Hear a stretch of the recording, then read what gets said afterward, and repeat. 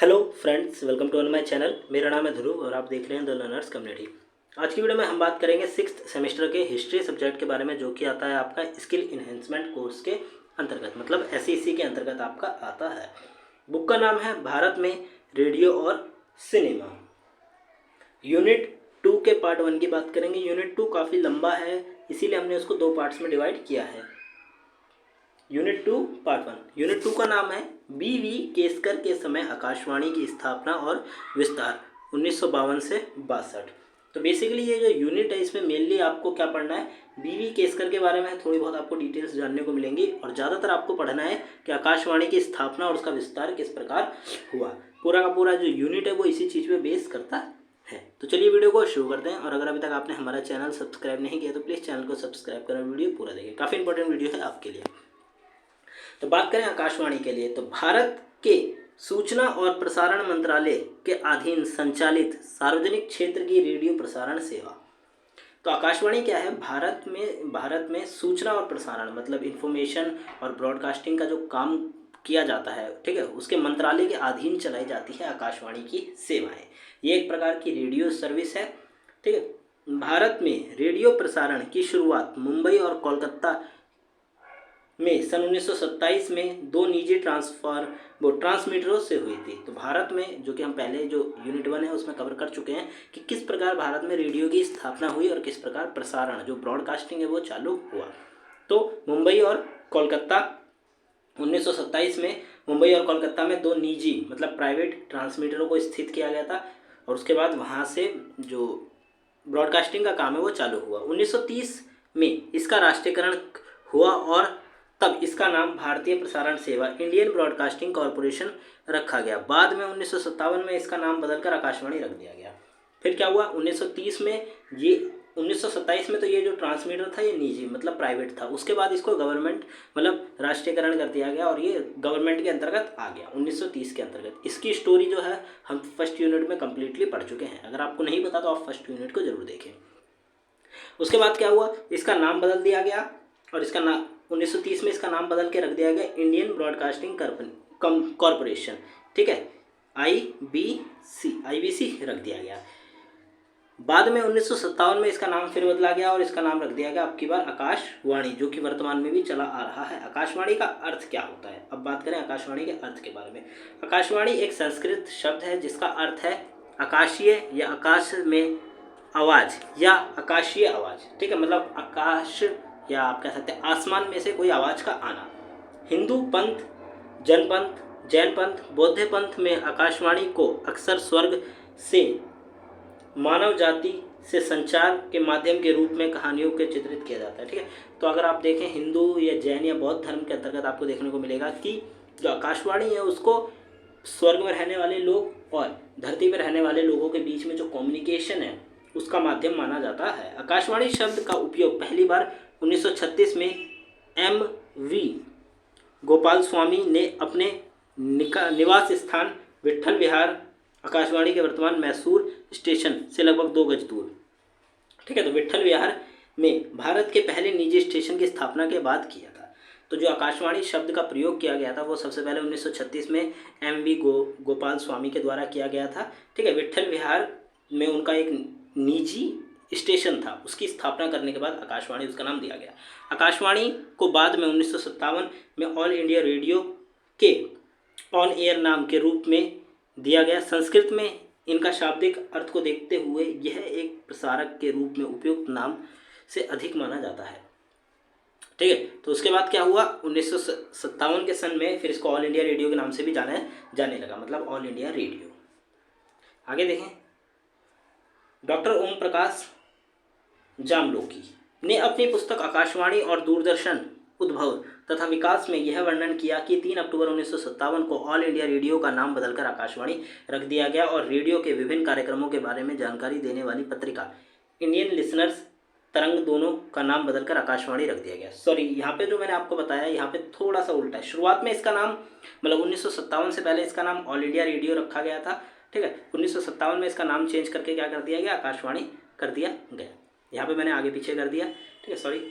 अब आगे बढ़ें तो डॉक्टर ओम प्रकाश जामवाल अपनी पुस्तक जो कि उन्होंने किताब लिखी है आकाशवाणी और दूरदर्शन का उद्भव और विकास, उसमें उन्होंने बताया कि 3 अक्टूबर 1957 को ऑल इंडिया रेडियो का नाम बदल के आकाशवाणी रख दिया गया। तो ये तो केवल एक ही चीज़ थी कि ऑल इंडिया रेडियो का नाम बदल कर क्या रख दिया गया, आकाशवाणी रख दिया गया, परंतु रेडियो के विभिन्न कार्यक्रमों के बारे में जानकारी देने वाली पत्रिका इंडियन लिसनर और सारंग दोनों का नाम बदलकर भी आकाशवाणी रख दिया गया। अब और भी एक तो ऑल इंडिया रेडियो का नाम बदल के आकाशवाणी रखा गया, साथ में आकाशवाणी के अंतर्गत और भी चीज़ों को लिया गया, जैसे कि विभिन्न कार्यक्रमों के बारे में जानकारी देने की एक पत्रिका आती थी उस समय, इंडियन लिसनर्स तथा सारंग, दोनों का नाम बदलकर क्या रख दिया गया, इन दोनों का नाम बदलकर भी आकाशवाणी रख दिया गया। आकाशवाणी शब्द का उपयोग पहली बार 1936 में एम वी गोपाल स्वामी ने अपने निवास स्थान विट्ठल विहार, जो कि मैं आपको पहले बता सकता हूँ, वहाँ पे उनका जो निजी स्टेशन था वहाँ पे उन्होंने प्रयोग किया। आगे बढ़े, आकाशवाणी के प्रसारण सेवा। अब आकाशवाणी जो है सर्विस है, उसके अंदर कौन कौन सी चीज़ें प्रसारित की जाती हैं। आकाशवाणी के द्वारा त्रिस्तरीय कार्यक्रम प्रसारित किए जाते हैं, राष्ट्रीय, क्षेत्रीय और स्थानीय। राष्ट्रीय, क्षेत्रीय और स्थानीय स्तर पर जो प्रसारण है वो प्रसारित किया जाता है, जो आपकी इन्फॉर्मेशन हो गई। साथ में इसके अलावा और भी चीज़ें दी जाती हैं, जैसे कि विविध भारती, विज्ञापन प्रसारण सेवा, विदेश प्रसारण सेवा, एफएम रेडियो इत्यादि। ये सब सर्विसेज आकाशवाणी के द्वारा जनता तक पहुंचाई जाती है। अब बात करें राष्ट्रीय कार्यक्रम के बारे में। आकाशवाणी की राष्ट्रीय कार्यक्रम सेवा भारत में एक महत्वपूर्ण मीडिया स्रोत है।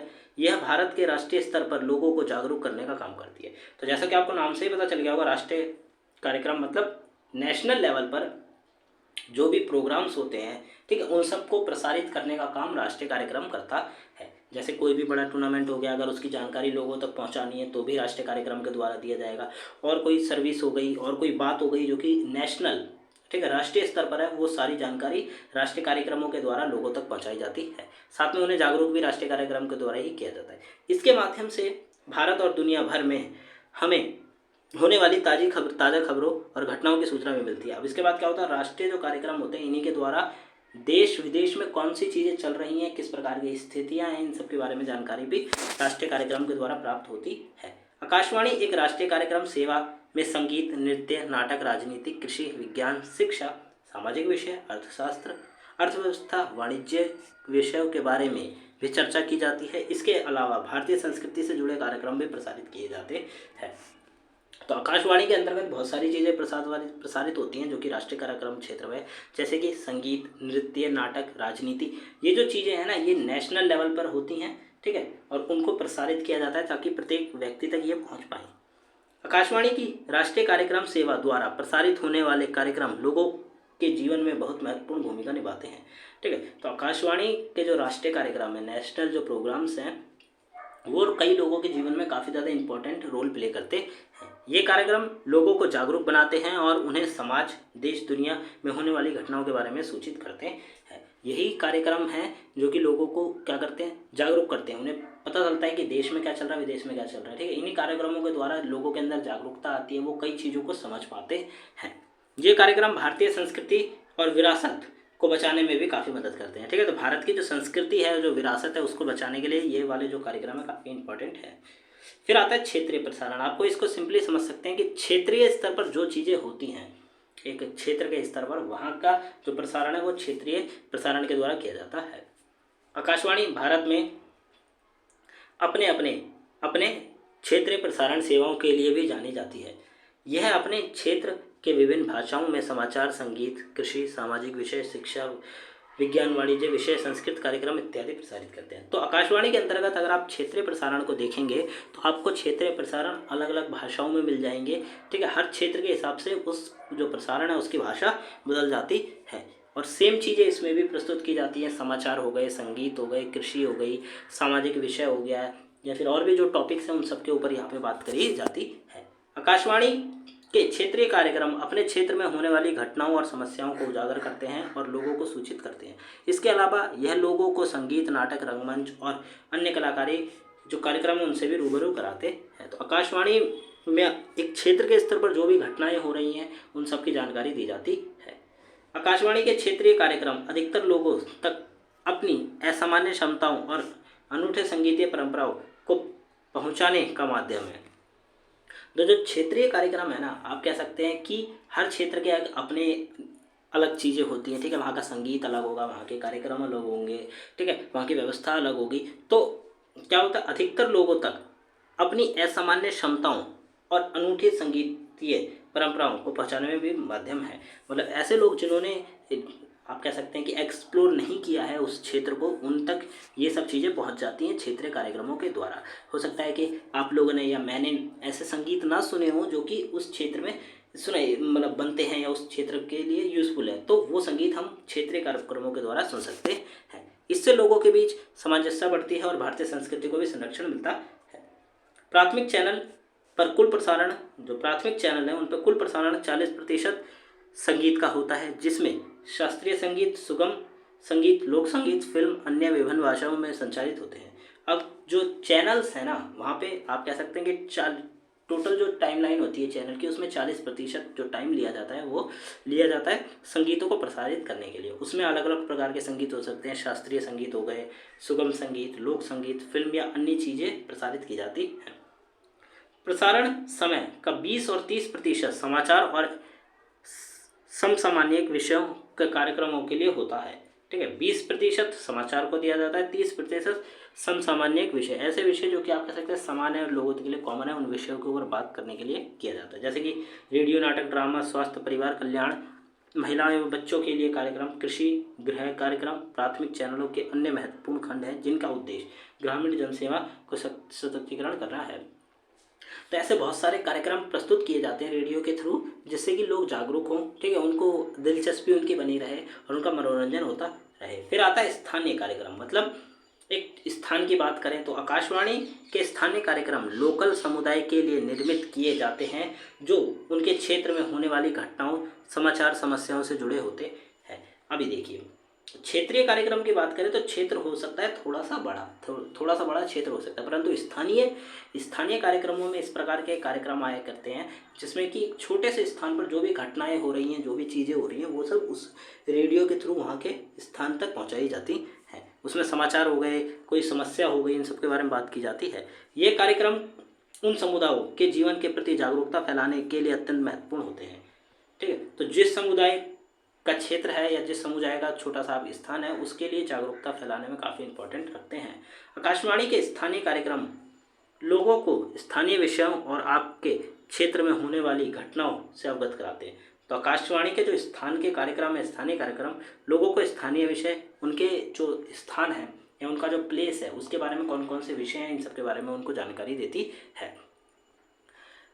इन कार्यक्रमों में सामाजिक, सांस्कृतिक, राजनीतिक, आर्थिक, वैज्ञानिक, औद्योगिक विषयों पर चर्चा की जाती है। इसके अलावा ये कार्यक्रम लोगों को संगीत, नाटक, कवि सम्मेलन, अन्य कलाकारियों कार्यक्रम से भी रूबरू कराता है, ठीक है। तो उस छोटे से स्थान में आप कह सकते हैं जितनी भी चीज़ें होती हैं वो सब रेडियो के थ्रू लोगों तक पहुँचाई जाती हैं। आकाशवाणी के स्थानीय कार्यक्रम से लोगों को व्यापक रूप से जागरूक बनाया जाता है और उनके अधिकारों और कर्तव्यों के बारे में उन्हें सूचित भी किया जाता है। तो आकाशवाणी का जो स्थानीय कार्यक्रम है उसके द्वारा लोगों को जागरूक तो किया ही जाता है, क्योंकि आप कह सकते हैं कि एक छोटे से स्थान पे एक व्यक्ति के साथ अगर गलत हो रहा है या फिर आप कह सकते हैं कि ग्रुप के साथ गलत हो रहा है, तो अगर उन्हें जागरूक करना है तो ये सबसे अच्छा माध्यम है कि उन्हें इसके थ्रू इन्फॉर्मेशन दी जाए। फिर आती है विविध भारती। विविध भारती की शुरुआत 3 अक्टूबर 1957 को की गई थी। मनोरंजन और व्यवसायिक, मतलब बिजनेस से रिलेटेड जो सेवाओं का ध्यान में रखकर विविध भारती सेवा बहुत जल्दी प्रसिद्ध हो गई। इसमें फिल्म, संगीत, लोक संगीत, लघु नाटक, इसके अतिरिक्त न्यूज़ प्रसारण भी किए जाते थे। अगर हम बात करें तो इसके कुछ प्रसिद्ध कार्यक्रमों में, इस कार्यक्रम की श्रेणी में हम देख सकते हैं संगीत सरिता, हवा महल, जयमाला, भूले बिसरे गीत, इनसे मिलाए और छाया गीत का नाम प्रसिद्ध है, ठीक है। तो विविध भारती शुरुआत में मनोरंजन के लिए, साथ में व्यावसायिक सेवाएं, मतलब बिजनेस से रिलेटेड जो सेवाएं हैं उन सबको प्रदान करने के लिए क्या की गई थी, यूज़ में ली गई थी। उसके साथ साथ बाद में ये काफ़ी ज़्यादा प्रसिद्ध हुई और इसके अंतर्गत आपको नाटक, गीत, फिल्म को जो गीत हो गए, इन सबको सुनाया जाता था। आगे बढ़ें। विज्ञापन प्रसारण सेवा, इसको आप इस प्रकार समझ सकते हैं कि जो रेडियो पर जो विज्ञापन प्रस्तुत किए जाते हैं उन सब की सेवा कब से आरंभ हुई और इनके अंतर्गत क्या है। तो विज्ञापन प्रसारण सेवा एक व्यावसायिक प्रसारण सेवा है। यह सेवा किसी भी संस्था को आर्थिक रूप से सहायता करने की अहम भूमिका निभाती है। आकाशवाणी में प्रसारित प्रसारणों के समय समय पर एक स्लॉट यानी एक विज्ञापन एडवर्टाइजमेंट दिया जाता है। आकाशवाणी ऐसे कार्यक्रमों को निर्माण करती है जिन्हें कंपनियां प्रायोजित करती है। ठीक है, तो केवल सिंपली ऐसा है कि आकाशवाणी जब अपने जो कार्यक्रम है उन्हें प्रस्तुत करती है तो बीच बीच में जो टाइम होता है, गैप होता है, उस गैप को वो लोग सेल कर देते हैं आकाशवाणी वाले कि प्राइवेट कंपनीज को कि आप इस समय अपना एक छोटा सा ऐड चला सकते हैं।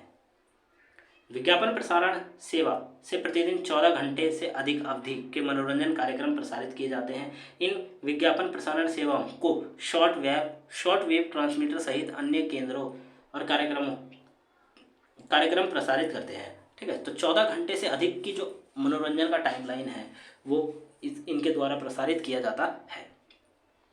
आगे बढ़े, विदेशी प्रसारण सेवा, इसको आप इस प्रकार समझ सकते हैं सिंपली शब्दों में कि विदेश की जो खबरें हैं, जो प्रसारण है, वो भी भारतीय लोगों को प्राप्त होता है। किसके द्वारा?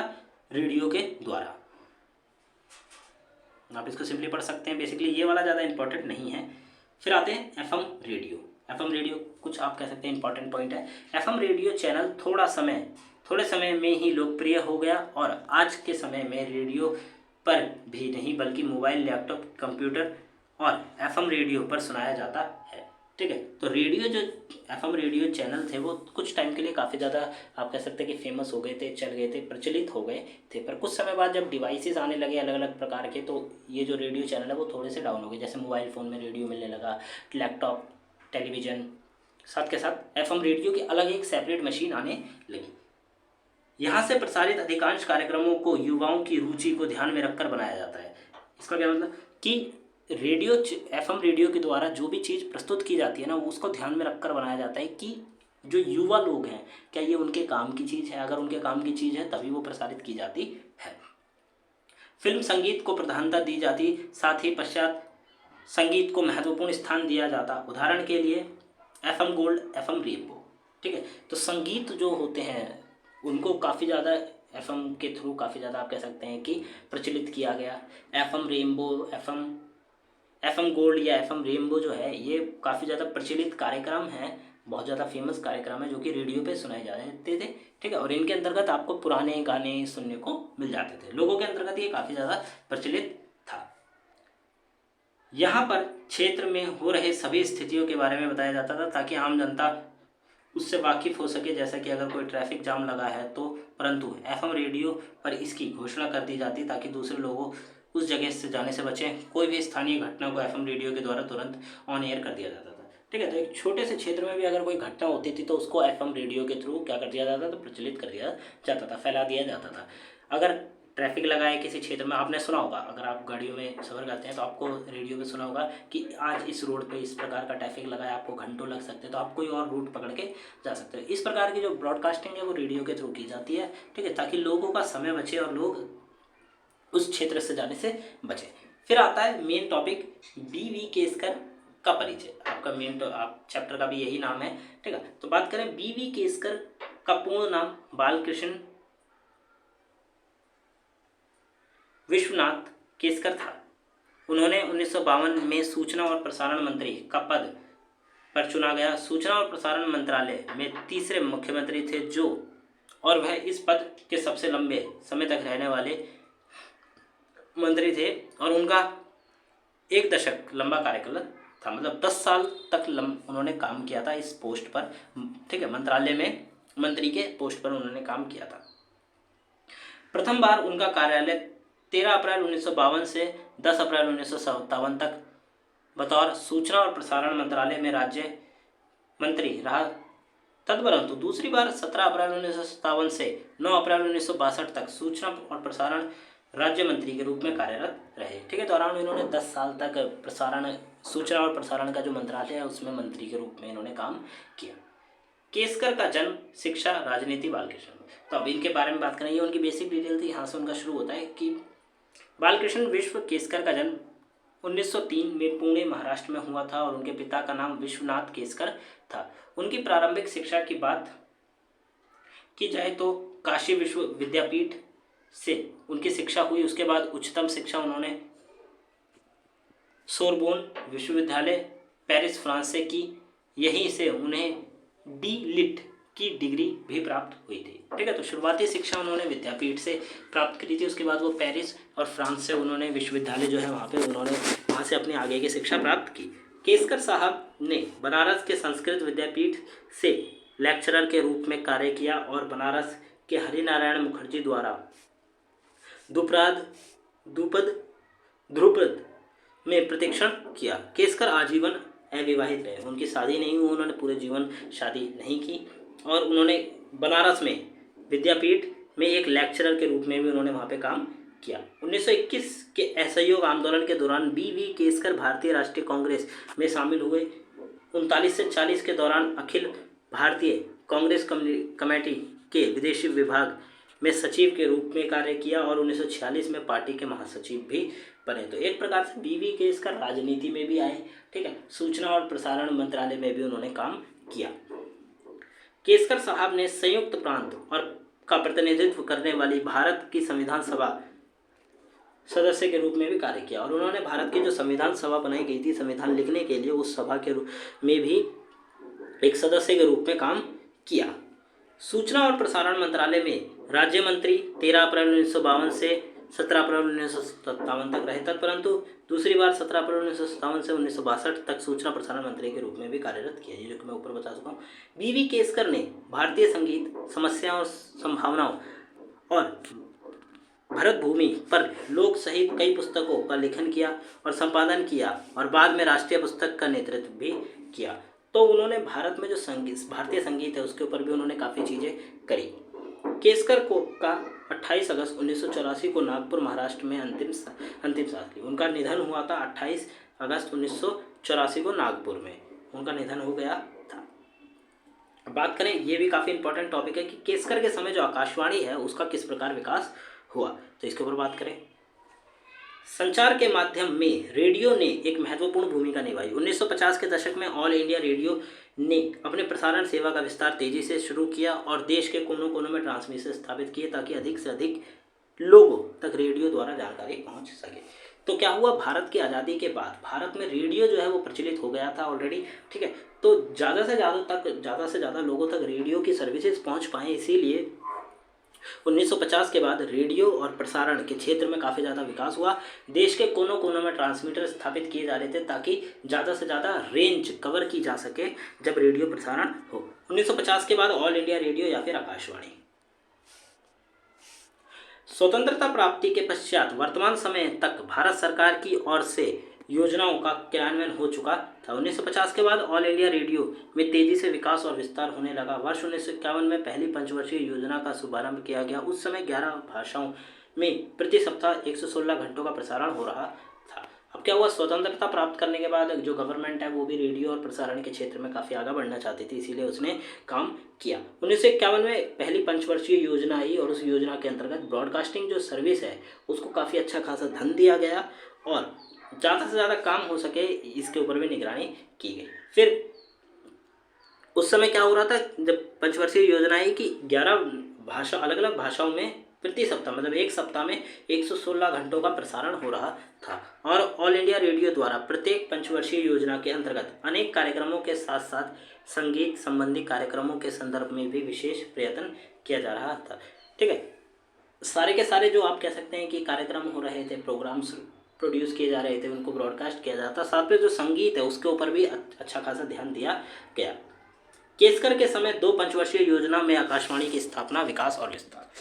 प्रथम पंचवर्षीय योजना 1951 से 56। पंचवर्षीय योजना का कार्यालय 1 अप्रैल 1951 से 31 मार्च 1956 तक था। 1951 के बाद रेडियो का विकास पंचवर्षीय योजना के अंतर्गत होने लगा। 1952 में बी.वी. केसकर सूचना और प्रसारण मंत्रालय के मंत्री बने और 10 साल तक उस पद पर रहे। तो जब पंचवर्षीय योजना आई तो देश का पंचवर्षीय योजनाओं में देश के विकास के लिए ज़्यादा से ज़्यादा योजनाएं तैयार की गई थी। ठीक है, तो रेडियो और ब्रॉडकास्टिंग का जो विकास है वो भी इसी टाइम हुआ था। 1962 में बी.वी. केसकर जो है उन्होंने मंत्रालय में सूचना और प्रसारण मंत्रालय में मंत्री की पोस्ट को ग्रहण किया और 10 साल तक काम किया। 1952 से 62 के बीच डॉक्टर बी.वी. केसकर के कार्यालय के दौरान ही दोनों पंचवर्षीय योजनाओं आई और इस दौरान उन्हें अपनी नीतियां और कार्यक्रमों को क्रियान्वित करने का भी अवसर प्राप्त हुआ। अब बीवी केसकर के टाइम ही जो पंचवर्षीय योजना आई थी तो अच्छा खासा धन रेडियो को दिया गया था, रेडियो और ब्रॉडकास्टिंग सर्विस को दिया गया था कि आप इसका विकास करिए। तो उस समय बीवी केसकर ने इस मौके का अच्छा खासा फ़ायदा उठाया और ज़्यादा से ज़्यादा विकास करने में ध्यान दिया। पंचवर्षीय योजना में ऑल इंडिया रेडियो के लिए 4.94 करोड़ निर्धारित किए गए, जिनमें से 2.67 करोड़ धनराशि ही उपयोग की जा सकी। ऑल इंडिया रेडियो को परिवहन एवं संचार से भी कम राशि प्रदान की गई। ठीक है, तो 4.94 करोड़ रुपए क्या निर्धारित किए गए थे कि पंचवर्षीय योजना के अंतर्गत इतना पैसा रेडियो और ब्रॉडकास्टिंग सर्विस को दिया जाएगा इंडिया में, परंतु 2.67 करोड़ ही रुपए दिए गए।